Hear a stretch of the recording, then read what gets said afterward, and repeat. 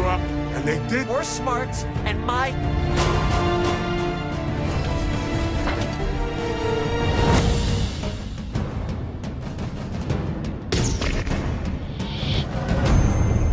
He told me enough. No, I.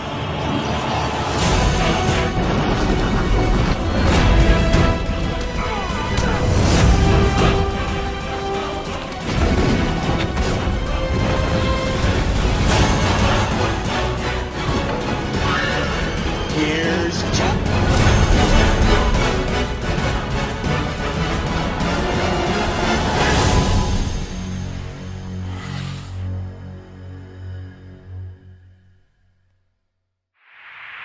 Hey everyone, it's COrleone here, and I'm here with a brand new franchise ranking.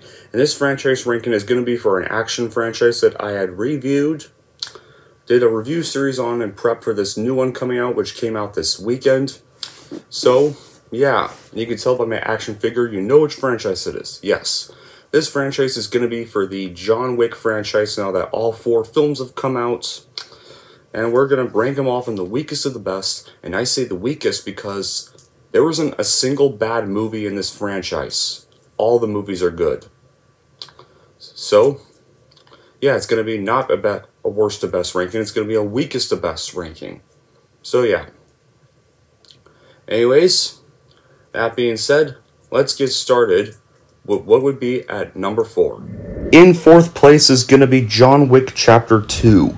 This is still a great movie and great sequel, but I do find it to be the weakest of the series. After a great opening where he finishes his mission from the first movie to collect his stolen car, John Wick returns home with his new dog to try and find peace with his retirement and death of his wife a month before. Like a lot of typical spy movies, John gets visited by Italian crime lord Santino, who asks him to come out of retirement. Santino asks to have his sister assassinated so that her brother can have her seat at a table of mafia heads. When John refuses, despite making a blood oath years ago, Santino has the assassin's home destroyed. John then is forced to accept the job, knowing that saying no would put his life in danger. Then in Rome, he finds his sister Diana at a party, but she commits suicide rather than allowing an assassin to get her. On his way out, John finds himself double-crossed by Santino, who has him sent some of his weapon goons, led by the mute Ares. And though John escapes and makes it back to New York, Santino has put a $7 million contract on our hero to cover all the tracks. John Wick Chapter 2 manages to pull off a really good sequel. Not only does it expand the John Wick universe more, but the stakes feel bigger and the villains seem more threatening. And after seeing the first movie, I can see how tough it would be to follow up on a pretty good action movie that kind of completed its story with the first film. Unlike the Taken sequels, which just repeat the formula over and over and over again, John Wick Chapter 2 still feels fresh thanks to its plot, which honestly keep me guessing on how things were going to move forward.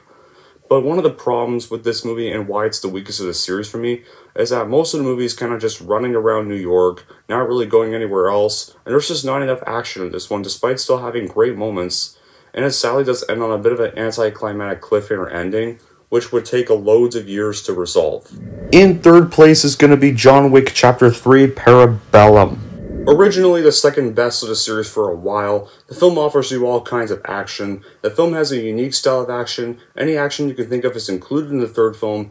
Moreover, exponentially, the enemies are increasingly jumping. As you saw in the trailer, there's even a horse escape scene. There's so much more to it. At this point, sometimes there can be a small illusion to the viewer. Only action-oriented films can be considered empty, and we can say that John Wick 3 offers almost uninterrupted action for 2 hours and 10 minutes, but in doing so, it doesn't forget the story. You will learn new and very interesting details of John Wick, and you will get new ideas about the functioning of the universe. It's the meticulousness of the choreography and the energy of the cinematography from Dan Lawson that brings masterful action sequences to life, the pulsating motorbike chase and sword fight being the crowning glory of Parabellum. It's a welcome reminder of the genius of the stunt work that goes into making films like these, and how it's about time they should be seeing so much more recognition for their work as well. Parabellum even maintains a rather cutthroat pace throughout. Right from the frantic opening half hour through the brutality of the final act, there's a lot more humor on show in this installment, which works due to how ludicrous some of the action has now become, and the world of the assassins is expanded upon a bit more, which comes as no surprise with a television show about the Continental Hotel network that's already being developed. Nothing in Nask relates John Wick as much as Keanu Reeves does, a man who's been in his fair share of classics from the action genre. As a Tyler character, Reeves may not deliver too much Oscar-worthy moments, but he does deliver one hell of a physical performance in Parabellum and this whole franchise as a whole. Months of training coming in fruition with a more believable experience to the audience. But if I had problems with this movie, I think my problems would be that there's just not enough dialogue in this one, and technically speaking, this isn't really a third film. It kind of feels more like the second half of Chapter 2. And it sadly ends on yet another sequel setup, which is kind of a drag for those who aren't a fan of fourth installments. In second place is going to be the very first film that started it all. The very movie that started all this great franchise. Still easily the best action movie of the 2010s without a doubt. The thing that stands out most has to be the action sequences. They are unlike most found in modern cinema, with long uninterrupted takes and beautiful choreography that really lend themselves to the realistic bone-crunching feel of the film. Although the complexity of plotting left something to be desired, the filmmakers more than made up for it by building a rich creative history-laden world around their characters. Keanu Reeves is perfect as John Wick, fully committed to the physicality of the action scenes, and as well showing John's emotional vulnerability between headshots. This all culminates in a terrific speech that confidently announces the return of one of the Hollywood's best and greatest leading men of all time. There's also a strong supporting cast here too. Willem Dafoe is effortlessly cool with an understating friendship with Reeves. Michael Nyqvist does an amazing job showing the fear that John Wick instills in people. And finally, there's the COrleone McShane and John Leguizamo, whose characters are likable in the small roles they played. Chaz Stahelski's direction is phenomenal. It puts most other Hollywood action films to shame with its endlessly impressive and always comprehensible action. It's also extremely stylish with fight scenes drenched in neon and rainfall, but the kicker with this thrill ride is the way the frame matched perfectly with the acting and soundtrack. This soundtrack is very beautiful, memorizing, and enchanting. I absolutely love the way it brought you deeper into someone who come to sympathize for who he really is. The paradox you discover along the way totally engaging you. Like, one nitpick I have is that Lucev as a villain is just very lousy and annoying, and one of the big reasons I just rewatched this one the least, despite it being the second best, is of course the infamous death of his beagle Daisy.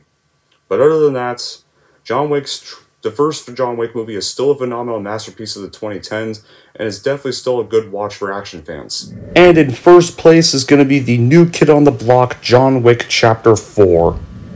The most recent installment we've just got, John Wick Chapter 4, is an incredible addition to the action franchise once again. It takes the series to new heights with even more intense fight scenes and a thrilling storyline that keeps you on the edge of your seat. Keanu Reeves delivers another outstanding performance as the iconic Hitman, and the supporting cast brings their A-game as well. If you're looking for a thrilling action movie, John Wick 4 is definitely the movie.